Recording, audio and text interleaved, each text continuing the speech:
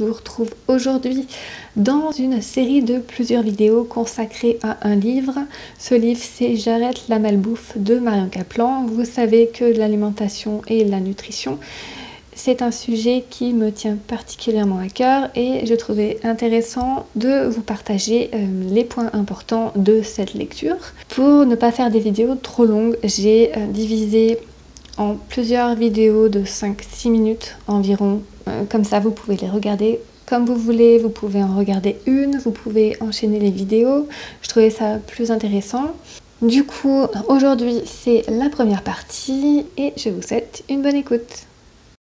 Je vous propose un résumé des différents points importants du livre J'arrête la malbouffe, 21 jours pour changer de Marion Kaplan, paru aux éditions Erol en avril 2014.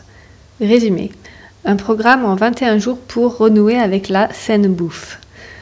Vous n'en avez pas marre de ces aliments tellement transformés et dénaturés qu'ils n'ont plus rien à voir avec de la nourriture? Et si votre fatigue, vos insomnies, vos migraines, vos ballonnements étaient provoqués par une intolérance alimentaire? Stop à la fatalité, vous pouvez changer vos habitudes alimentaires grâce à Marion Kaplan. Dans un langage décomplexé et pédagogique, elle vous livre le fruit de 30 ans de recherche en bionutrition et vous aide à adapter votre alimentation à vos besoins réels.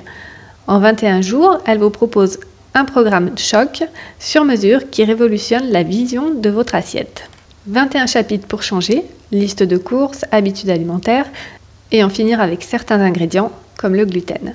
Des tests pour faire le point, des exercices simples à mettre en œuvre, des bilans et des méditations quotidiennes pour progresser en douceur.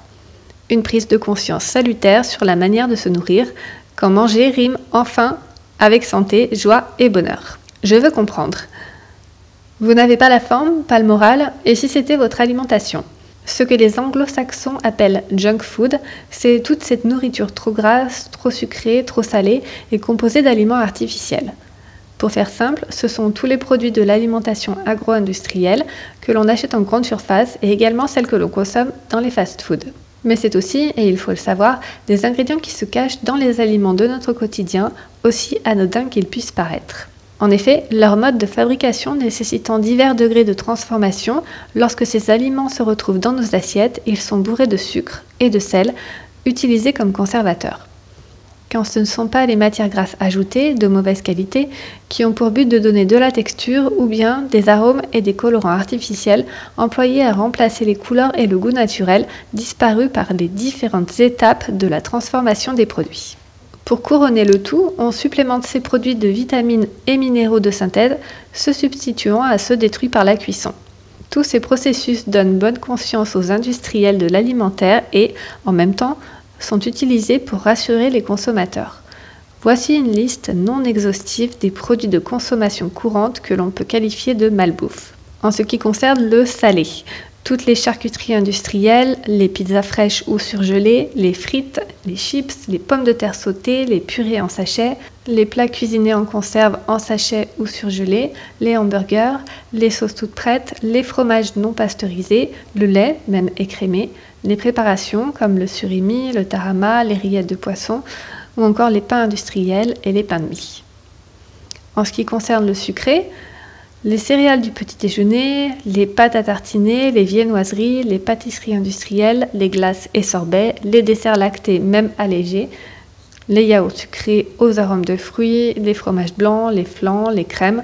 Et en ce qui concerne les boissons, on évitera les sodas, même sans sucre, les thés en bouteille, les boissons lactées, les bières, les vins, les apéritifs et les cocktails tout prêts. L'alimentation ne veut pas se résumer à l'acte de consommer. Le rôle de la publicité.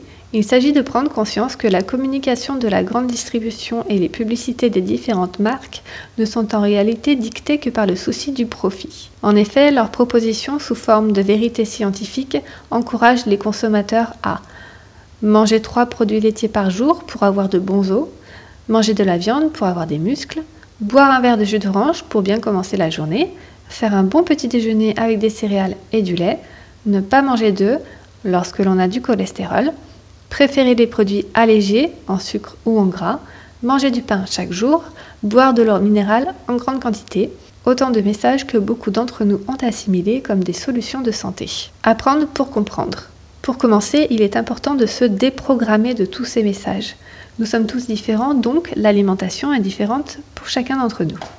Ce qui est une nourriture pour l'un est un poison pour l'autre. Certes, il faut prendre en compte l'hérédité de certaines carences ou faiblesses, hypertension, diabète, fragilité osseuse, l'éducation alimentaire ou encore les goûts acquis durant l'enfance. De l'importance de prendre soin de son microbiote. Chacun d'entre nous possède une composition unique et qui lui est propre de son système microbien. La perméabilité intestinale permet d'éviter la plupart des maladies. Alors, stop au calcul de calories, au dernier régime à la mode ou encore aux compléments alimentaires en vogue sur le marché pour retrouver la forme. En pratique, il s'agit d'adopter de nouvelles habitudes alimentaires en famille tout en se régalant. Un programme intéressant. Prendre la décision de changer son alimentation découle souvent d'un mal-être qui entraîne une prise de conscience. Il s'agit de faire un état des lieux de vos sensations et de mettre des mots sur vos ressentis actuels. La façon dont vous vous sentez aujourd'hui peut être le résultat de schémas qui datent depuis de nombreuses années, voire depuis l'enfance, comme par exemple prendre un verre de lait avant d'aller se coucher, manger de la viande midi et soir, manger des bonbons et des gâteaux en guise de récompense. Certains d'entre vous ont peut-être reçu de très bonnes bases alimentaires, puis ont lâché du lest par insouciance, manque de temps, de motivation ou bien suite à un choc, un stress ou encore une épreuve. D'autres encore auront suivi de nombreux régimes à la mode qui ne leur correspondaient pas. Voilà pour la première partie de cette série de vidéos sur le livre J'arrête la malbouffe de Marion Kaplan. N'hésitez pas à liker et à partager à des personnes que cela peut intéresser et inspirer. N'oubliez pas de vous abonner pour être tenu au courant de toutes les nouveautés et moi je vous dis à très bientôt et d'ici là, prenez soin de vous.